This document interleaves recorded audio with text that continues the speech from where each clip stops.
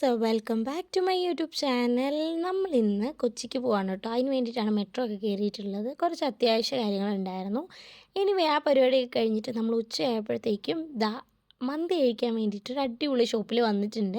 കൊച്ചിയിലിപ്പോൾ trending ആയിട്ടുള്ള കുബാബ കുഴിമന്തിയിലാണ് നമ്മളിന്ന് എത്തിയിട്ടുള്ളത്.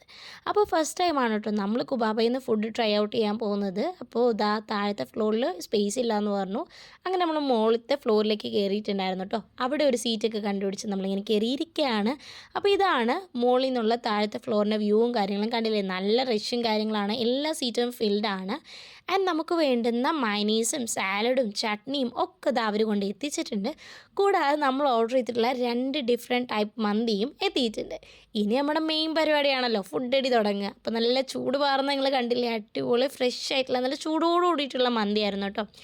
അപ്പോൾ നമ്മൾ ഫൗമിച്ചെങ്ക് ഫസ്റ്റ് ട്രൈ ഔട്ട് ചെയ്യാൻ പോകുന്നത് പെരി പെരി മന്തിയാണ്. പെരി പെരി എന്ന് പേര് കേൾക്കുമ്പോൾ തന്നെ നല്ല എരി ഉണ്ടായിരുന്നു കേട്ടോ. സൂപ്പർ ടേസ്റ്റ് ആയിരുന്നു. ബട്ട് അതോടൊപ്പം തന്നെ നല്ല എരിവും ഉണ്ടായിരുന്നു. സോ കുറച്ച് സ്പൈസൊക്കെ ഇഷ്ടപ്പെടുന്ന ആൾക്കാരാണെങ്കിൽ ഈ മന്തി ഒരു മസ്റ്റ് ട്രൈ ആയിട്ടാണെന്ന് എനിക്ക് പറയാൻ പറ്റും. ആൻഡ് ഫൗമിച്ചെങ്കിൻ്റെ എക്സ്പ്രഷനിൽ നിന്ന് എനിക്ക് മനസ്സിലാവും നല്ല ടേസ്റ്റ് ഉണ്ടായിരുന്നു എന്ന്. അപ്പോൾ അവൾ ആ മയനീസും റൈസും ആ ഒരു ചിക്കനൊക്കെ കൂട്ടി നല്ല രീതിയിൽ തട്ടുന്നുണ്ട്. ആ ഒരു സമയം കൊണ്ട് ഞാൻ ഇപ്പുറത്ത് ട്രൈ ഔട്ട് ചെയ്യാൻ പോകുന്നത് ഇവരെ തന്നെ കുബാബനെ തന്നെ ഫേമസ് ആക്കിയ ഇവരുടെ മെയിൻ ഐറ്റമാണ് അൽ ഫസ്ലുഫ് മന്തി എന്ന് പറയുന്നത്. സോ ആദ്യം പേര് കേട്ടപ്പോൾ തന്നെ ഞാൻ വിചാരിച്ചു എന്തായിരിക്കും ഇതിൻ്റെ ഐറ്റം എന്നൊരു ഒരു ഒരു ഒരു ക്യൂരിയോസിറ്റി ഉണ്ടായിരുന്നു നമുക്കിത് കഴിക്കാൻ നേരം കേട്ടോ. അപ്പോൾ വന്നപ്പോൾ തന്നെ അതിൻ്റെ ഒരു പ്രസൻറ്റേഷനിൽ തന്നെ നമുക്ക് കാര്യം മനസ്സിലാവും. ബാക്കിയുള്ള ചിക്കനെ പോലൊന്നും അല്ല ഇതിൻ്റെ ഒരു ടെക്സ്ചറും കാര്യങ്ങളും വരുന്നത്. ആൻഡ് ചീസൊക്കെ നല്ല മെൽറ്റായിട്ട് ഒരു ജ്യൂസി ഒരു ടെക്സ്ചറാണ് ഇതിൻ്റെ പുറത്ത് നമുക്ക് വരുന്നത് കേട്ടോ. അപ്പോൾ ഒരു മസാലയോട് ആ ഒരു ചീസൊക്കെ മെൽറ്റ് ആയിരിക്കുന്നത് കാണാൻ നല്ല രസമുണ്ടായിരുന്നു. അതുപോലെ തന്നെ ടേസ്റ്റും ഉണ്ടായിരുന്നു. സോ കുറച്ച് സ്വീറ്റൊക്കെ ഇഷ്ടപ്പെടുന്ന ആൾക്കാരാണെങ്കിൽ ഡെഫിനറ്റ്ലി ഈ ഒരു ചിക്കൻ ഇഷ്ടപ്പെടും. നല്ല ടേസ്റ്റ് ഉണ്ടായിരുന്നു.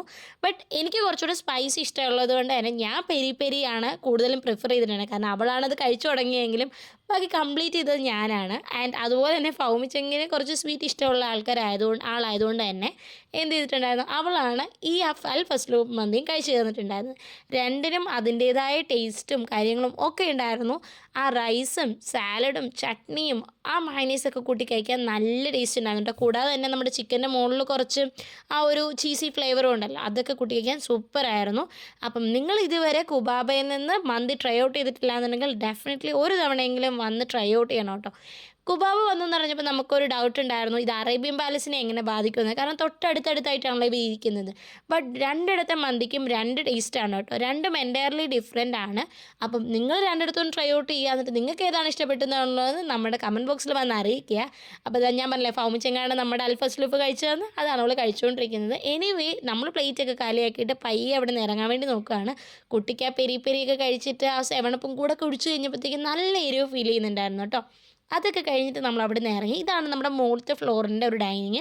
കുറച്ചുകൂടെ ഏരിയ ഉണ്ട് കേട്ടോ. അതിൻ്റെ എനിക്ക് വീഡിയോ എടുക്കാൻ പറ്റിയിട്ടുണ്ടായിരുന്നില്ല. ഇത് താഴത്തെ ഫ്ലോറാണ്. അതുപോലെ ഇവർക്ക് മജ്‌ലിസും കാര്യങ്ങളും ഒക്കെ അവൈലബിൾ ആണ്. അപ്പോൾ ഒരു വലിയൊരു ഗ്രൂപ്പ് ഓഫ് ഫാമിലി ആയിക്കോട്ടെ ഫ്രണ്ട്സ് ആയിക്കോട്ടെ എല്ലാവരെയും അക്കോമഡേറ്റ് ചെയ്യാൻ പറ്റിയ രീതിയിലാണ് ഇവർ ഡൈനിങ് സെറ്റ് ചെയ്തിട്ടുള്ളത്.